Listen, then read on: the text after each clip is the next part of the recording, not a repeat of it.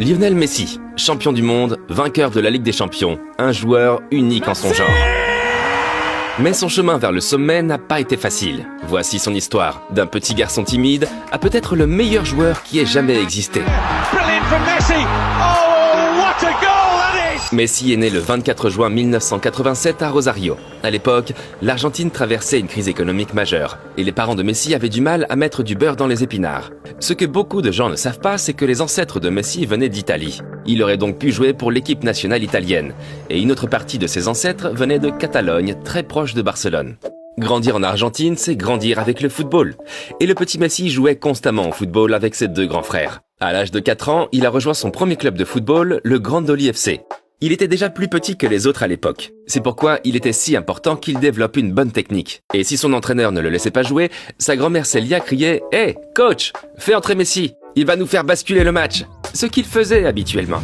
Elle était sa première fan depuis qu'il était tout petit, l'emmenant au match, disant aux parents de Messi de lui acheter des chaussures de football et l'encourageant à croire en lui. Le président du petit club de football, lui aussi, a rapidement reconnu le talent exceptionnel de Messi.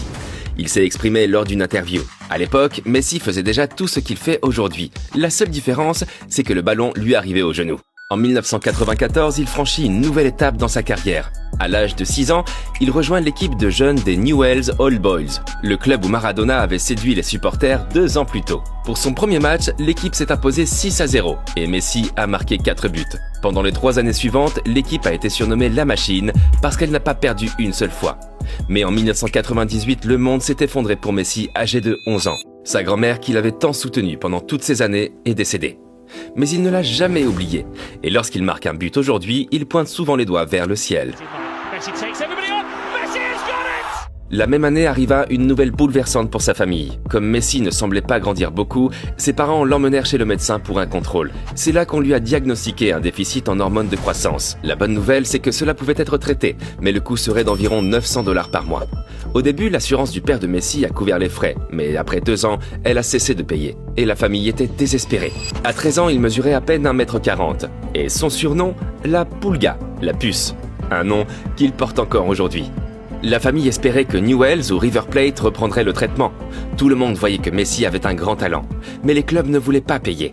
L'économie était encore mauvaise et le risque trop élevé. Il semble que la carrière de footballeur du jeune Léo se terminait à l'âge de 13 ans. Mais la lumière est apparue au bout du tunnel. Un recruteur de Barcelone a vu Messi jouer et a invité la famille à venir à Barcelone pour un essai. Messi a joué de manière exceptionnelle et a convaincu les entraîneurs. La famille était remplie de joie.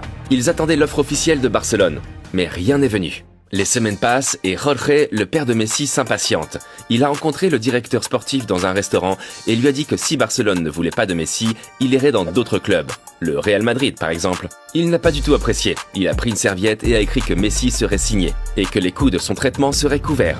En 2001, Messi a rejoint le légendaire centre de formation du Barça, la Masia, et a marqué 5 buts lors de l'un de ses premiers matchs. La première saison, il a joué 30 matchs et a marqué 35 fois. Tout semblait parfait, mais ce n'était pas rose pour Messi. L'Argentine lui manquait. La thérapie hormonale a fonctionné, mais son corps en a souffert. Il se fatiguait plus vite que ses coéquipiers.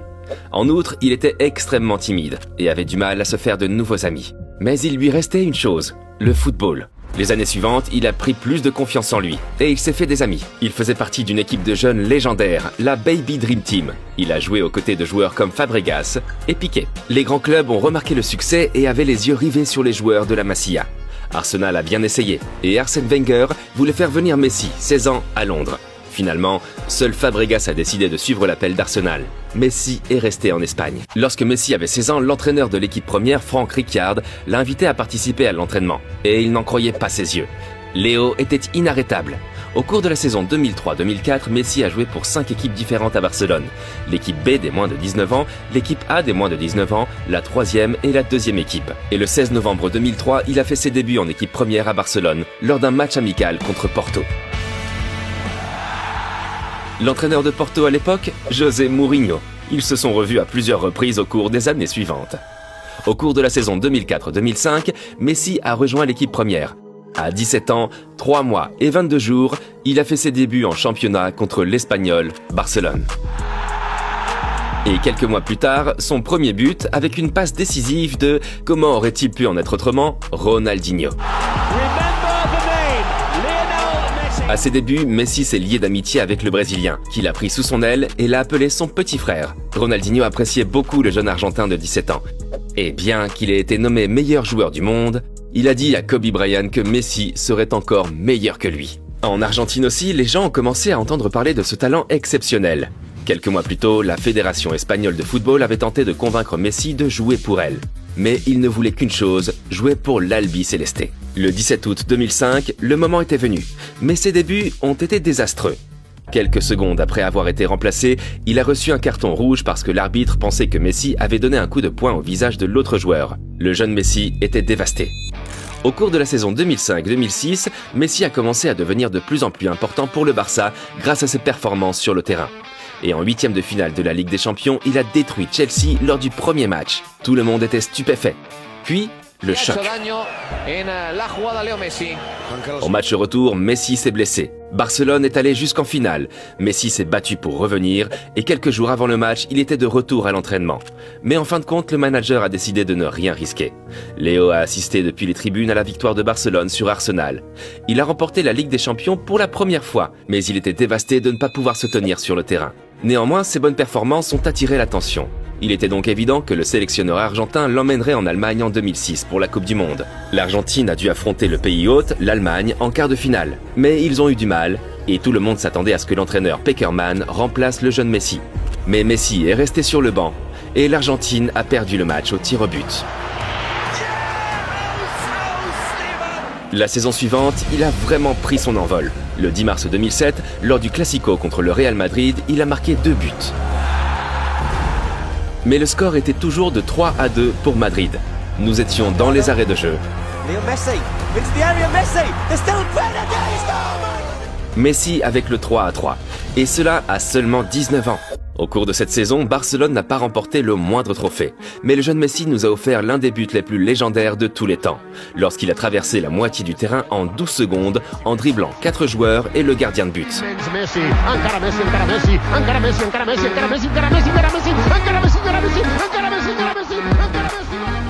Difficile de ne pas penser au but légendaire de Maradona. Puis, à l'été 2007, la Copa América. Messi était là. Et l'Argentine est arrivée en finale contre son grand rival, le Brésil. Tout le monde s'attendait à ce que l'Argentine gagne. Je veux dire, le Brésil a joué sans ses superstars comme Ronaldinho et Kaká. Et pourtant, ils ont perdu. La saison 2007-2008 a été une saison où Messi a eu quelques blessures mineures, également dues à son mauvais régime alimentaire. Il mangeait des fast-foods et buvait du Coca-Cola. Néanmoins, lorsqu'il jouait et qu'il était en forme, il enchantait toujours le monde du football. Pour la première fois, son nom était également évoqué pour le Ballon d'Or, la récompense du meilleur footballeur de l'année. Mais il n'a fini que 3e, derrière Kaká et Ronaldo. Dans cette saison, nous avons également assisté au premier duel de ces deux-là. En avril 2008, le Barça a joué contre Manchester United en demi-finale, et Messi contre Ronaldo. Un duel qui allait façonner la prochaine décennie de football. Messi a perdu ce match et Ronaldo a remporté la Ligue des Champions cette saison-là. Cependant, lors de la saison suivante, quelqu'un s'est présenté et a changé la vie de Messi pour toujours. Pep Guardiola.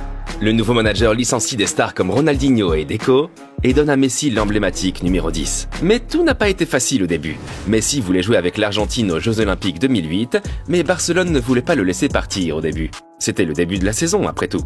Guardiola, qui lui-même a remporté une médaille d'or en 1992, a décidé de défendre Messi pour qu'il puisse partir. Et Messi a remporté le tournoi olympique avec l'Argentine.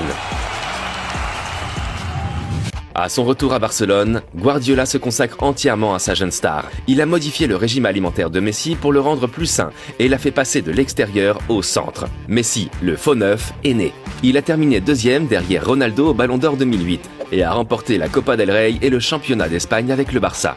Mais il y avait un autre match important, la finale de la Ligue des Champions contre le Manchester United de Ronaldo. Le Barça a mené 1-0. Une tête de Messi. Il a apparemment appris ça de Ronaldo. Messi a remporté la Ligue des Champions pour la 2e fois, mais cette fois-ci, il était sur le terrain. Le jeune homme de 21 ans a atteint le sommet. Pendant les 3 années suivantes, il a dominé la scène footballistique et a remporté le Ballon d'Or 3 fois de suite. et le Barça a de nouveau remporté la Ligue des Champions en 2011. Très jeune, il était déjà une légende. Et un nouveau record est venu. En 2012, il a marqué 91 buts en 69 matchs, dépassant Gerd Müller, qui avait marqué 85 buts en 60 matchs de compétition en 1972. Il a également remporté le Ballon d'Or pour la 4e fois. Messi devient ainsi le recordman des victoires à seulement 26 ans. Mais la saison suivante sera l'une des plus tristes. Pep Guardiola avait quitté Barcelone et le nouvel entraîneur était Tito Vilanova. Mais il avait un cancer et en 2014, la triste nouvelle, il est mort de sa maladie. Et puis, en était le prochain revers. C'est la Coupe du Monde 2014 au Brésil. Et il a mené l'Argentine en finale en tant que capitaine de l'équipe. C'était un match difficile. On est en prolongation. Et puis... Mario Götze marque un but. L'Allemagne a battu l'Argentine et Messi a perdu la finale. Lors de la nouvelle saison, Messi a voulu prouver qu'il était encore capable de le faire. L'année précédente, Neymar avait rejoint le club et cet été, Suarez est arrivé. Les trois se sont parfaitement harmonisés et ont marqué 122 buts ensemble. Et Messi était heureux. Il n'avait pas toutes les responsabilités sur les épaules et il pouvait jouer librement. Boateng en a fait l'expérience. En fin de compte, Barcelone a remporté le deuxième triplé du club après avoir battu la Juventus 3-1 lors de la finale de la Ligue des Champions de l'UEFA 2014-2015. Au cours des 4 années suivantes, il a remporté 2 autres ballons d'or. Mais sur la scène internationale, ces années ont été marquées par 2 grandes déceptions. Messi a été dévasté et il a annoncé sa retraite de l'équipe nationale à seulement 28 ans. Toute l'Argentine est descendue dans la rue pour faire changer Messi d'avis. Et puis, 2 semaines après, Messi a annoncé la démission de la démission. Il a continué à jouer un football exceptionnel à Barcelone, mais en juillet 2021, le choc. Le contrat n'a pas pu être renouvelé en raison de problèmes financiers. Et il a quitté Barcelone, son club, où il a remporté 34 trophées, dont 10 titres de champion d'Espagne, 7 Copa del Rey et 4 fois la Ligue des champions de l'UEFA. En outre, c'est le club qui lui a permis de devenir footballeur professionnel. Tous les clubs voulaient Messi, et il a décidé d'aller en France, au Paris Saint-Germain. Mais avant cela, il y a encore quelque chose d'important à faire. S'abonner à notre chaîne, et bien sûr, ceci. C'est la Copa América 2021, et après toutes les défaites et les échecs, il voulait enfin remporter ce titre pour l'Argentine. Il a joué avec brio, marquant 5 buts en 4 matchs. La finale s'est jouée contre le Brésil. Di Maria a marqué, l'Argentine a gagné, Messi l'a fait. Après tous les revers, il a remporté la Copa América. En fin novembre 2021, Messi a reçu le Ballon d'Or pour la 7e fois. Cependant, ces 2 années à Paris n'ont pas toujours été couronnées de succès. Cela dit, bien sûr, il a eu aussi ses moments là-bas. Mais au cours de ces 2 années, le PSG a été éliminé prématurément à chaque fois en Ligue des Champions. Il a néanmoins remporté 2 fois le championnat de France. Et puis, en 2002, à l'âge de 35 ans, c'était peut-être sa dernière tentative de remporter la Coupe du Monde au Qatar. L'Argentine était l'un des favoris, mais dès le premier match de groupe, c'est le choc. L'Arabie Saoudite a battu l'Argentine 2-1, et tout le monde est resté sans voix. L'Argentine devait gagner le match suivant contre le Mexique, mais ils ont lutté. Et puis, à la 64e minute, Messi marque le 1-0. Et au final, ils ont gagné 2-0. Le dernier match était contre la Pologne. Le vainqueur accède au tour suivant. Et puis, session de pénalty pour l'Argentine. Messi n'a pas marqué. Incroyable, mais ils ont continué à se battre. McAllister et Alvarez ont marqué, et Messi a mené son Argentine au tour préliminaire. Ils y ont affronté l'Australie. Messi a marqué le premier but. Le match se termine sur le score de 2-1 pour l'Argentine. Les quarts de finale étaient contre les Pays-Bas. L'Argentine mène 2-0. Nous sommes déjà à la 83e minute. Weghorst marque un but. Et il y a eu un nouveau coup franc pour les Pays-Bas, à la 11e minute du temps additionnel. Le deuxième but de Weghorst. C'était tout pour Messi. Le match s'est déroulé au tir au but. Martinez, le tueur de penalty. En demi-finale, ils ont affronté la Croatie. Penalty à la 34e minute. Messi a marqué avec facilité et ils se sont qualifiés pour la finale après avoir gagné 3-0. Il était si près de réaliser son rêve. Et qui ont-ils affronté là-bas? Les champions en titre, la France. Et à la 23e minute, penalty pour l'Argentine. Messi s'est montré à la hauteur. C'était l'exemple à suivre. Et quelques minutes plus tard, Di Maria avec le 2-0. Ils étaient si près du but. Et puis à la minute 80, faute et pénalty pour la France. Mbappé prend le ballon. Le score est désormais 2-1, mais le match est presque terminé. Une minute plus tard, Mbappé égalisait. Incroyable! Était-ce le prochain coup dur pour Messi après 2014? Le match a été prolongé et à la 108e minute, Messi a marqué. Quel match fou! Nous sommes dans les dernières minutes et il y a une autre pénalité pour la France. Mbappé a encore marqué. Messi n'en revenait pas. Quelle montagne russe! Et puis dans les dernières secondes du match, Martinez sauve l'Argentine et la qualifie pour la séance de tir au but. Il y a encore de l'espoir. C'est là que Martinez a montré pourquoi il est considéré comme un expert en matière de pénalty. Le prochain joueur était Gonzalo Montiel. S'il marquait, alors l'Argentine gagnerait. Et quand il a marché lentement vers le point de pénalty, Messi a regardé vers le haut et a dit « Aujourd'hui pourrait être le jour, grand-mère ».